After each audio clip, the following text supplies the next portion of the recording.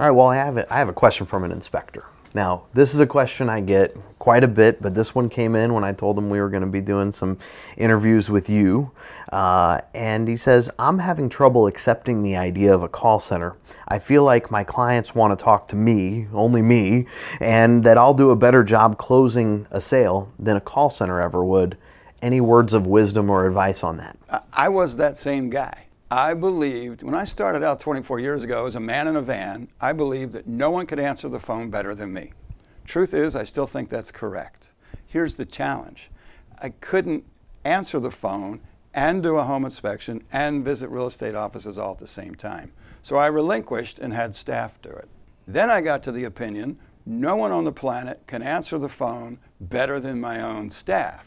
And I found that had its limitations. 24 hours a day, 7 days a week. And the position I've come to is this: a well-chosen call center, and we don't even use the word call center in my office. We call it scheduling team. Just some of the members are in the building and some of the members candidly are in your building. We see no difference. We make no delineation. We track the close rate of every single individual who answers the phone, whether it's in your building or my building. And the truth of it is, my building outperforms your building by about 3%. That's not too bad. I mean, so you're saying if your building is closing at 90%, we're closing at 87 or something along those lines. 3% difference. So the challenge in that, with the mindset that says a rising tide lifts all boats, your staff, Adam, Colton, is working directly with my staff, Ryan, to rise the performance level of both buildings. That's the mindset you have to come from it. Because for a 3% difference or even a 10% difference, to have 7 days a week, 24 hours a day is mind-boggling. And let me share with you some things about flexibility. When we want to have my entire staff in a meeting, all hands, we don't need to do that at 6 in the morning or 6 o'clock at night. We just flip the switch and it happens in this building. And it works just perfectly. If all lines are busy, and we're really proud, we have 12 total lines in our office. If all 12 are lit up, what happens to customer number 13? It rolls to your building. And for a 3% or a 10% difference, that's okay. And the funny thing, Nathan, you may not realize this, we track this week to week, my staff and your staff, and it's almost like a competitive game that goes on of who beat who and who did what, and we dissect that. And we listen to the calls that happen here in your building and go, ooh, we can bring that back into our building. So that, yes, we would always like to stay ahead of you, but more importantly, we want to continue to rise and climb and close more business by having essentially a boundless staff capacity. You know, you said something in there that I say to inspectors all the time. If you're going to hire my call center staff, and we are very quickly, if we're not the biggest, we're close to being the biggest in the call center business. We'll be there soon. We have, I think we're at 4 teams. They're all sorts of colors like magenta or whatever. I think they go by color names. You know, they're very competitive with each other, and they work with the inspectors. And the way that a client should work with their call center, so you being the client, is they should say, here's what I want for my business, and you know, I'm tracking what you're doing. How can I help you to be more effective for me? And I think you've done that very well. I'll give credit to a couple of inspectors out there that, you know, were with us early on when we were really learning the game, and they taught us a lot.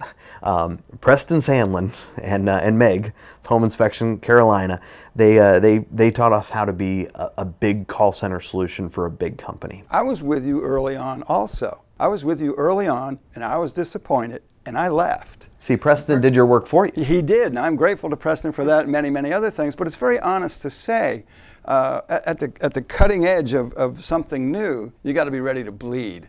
And we bled, you bled, I went back and licked my wounds, you know, and we healed, and it got stronger. Well, and you know, if you do something for 10 years, and any inspector will tell you this, you know, you do it for 10 years, you get pretty good at it. Another guy that helped us a lot, I mean, a guy that was on the phone with us every day to say, you know, it'd be better if you did this, it'd be better if you did this, is John Villela with Yeah. All Pro in New York. That John guy, Will.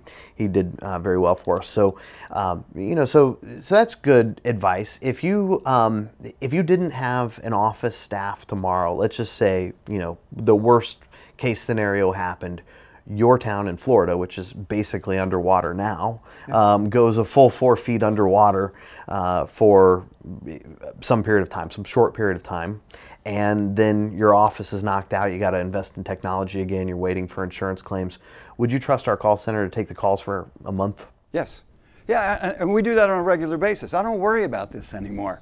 You know, especially, you know, the smaller you are, the more vulnerable you are. If you've got one person answering the phone, and whether something good or bad happens to that person and they can no longer be there to perform with you, you've got a significant problem. By having the partnership between my building and your building, I'm not vulnerable to anyone as it relates to answering the call. I'm not vulnerable to weather. I'm not even vulnerable to Comcast.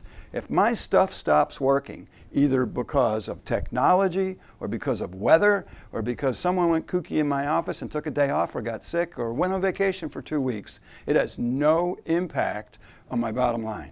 All right, speaking of bottom line, I'll ask you a tough one. Maybe I have a feeling you've analyzed this. On a cost per inspection basis, is it more expensive to have your staff answer the call or my staff? It's more expensive to have my staff. All right, but they're doing other things. You know, I don't want them to see this video and think their job's, you know, endangered. No, it's a fascinating thing. We've made the decision internal. We have 5 people in the office that we will not grow the size of our internal local staff for phone answering. That's a good call. We're going to grow the size of the staff for outside sales and other things that we're doing internal to the company, but there's no reason for us to invest in additional space and additional technologies and, frankly, additional hiring and other headaches when we've already got 20+ people in our adjunct staff. And here's the craziest thing. There's a level of comfort, false comfort, that comes from looking over and seeing the person or knowing they're on the other side of the wall. Well, very candidly, once they're out of arm's length, the difference between, you know, 100 feet and 600 miles doesn't matter at all. It just doesn't matter. Well, now we're getting into some advanced business calculation stuff. You know, the number of orders that come in an hour will vary greatly seasonally. Yes.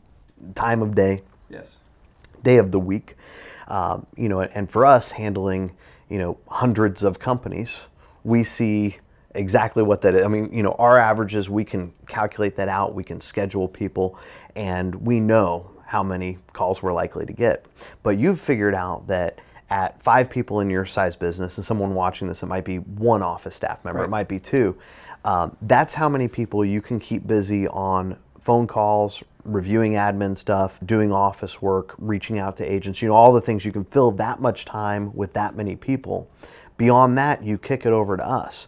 And on our side, we're not wasting time either. So all of those folks that are sitting there waiting for a call to come in when we go into a low volume part of the hour, a dip or a lull, right. You know, they're typing in recall check reports. They're, you know, doing other office admin stuff for us. So it's a very efficient model and a good partnership. So we appreciate you being a client on it. Well, I will tell you, there's other things that happened that I didn't anticipate when we made that change. It's been 6 months or a year ago.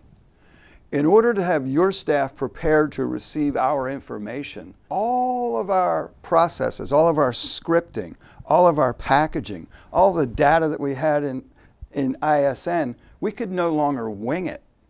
It needed to be correct, because if we had junk in our systems, that put your folks in a position to try to interpret junk to close business for us.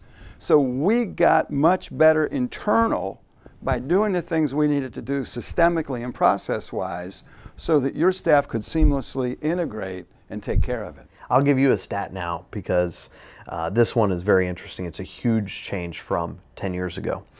Ever since we put the call center sign up and the free trial up at inspectionsuccess.net, you just press the button for call center, we get 20, 30 companies a month that will start up a trial. And it used to be that we would retain around 40% of them. So they would go through their trial, and for whatever reason, whether they didn't use it or we just fell flat on our face, whatever it was, we had about a 40% retention rate.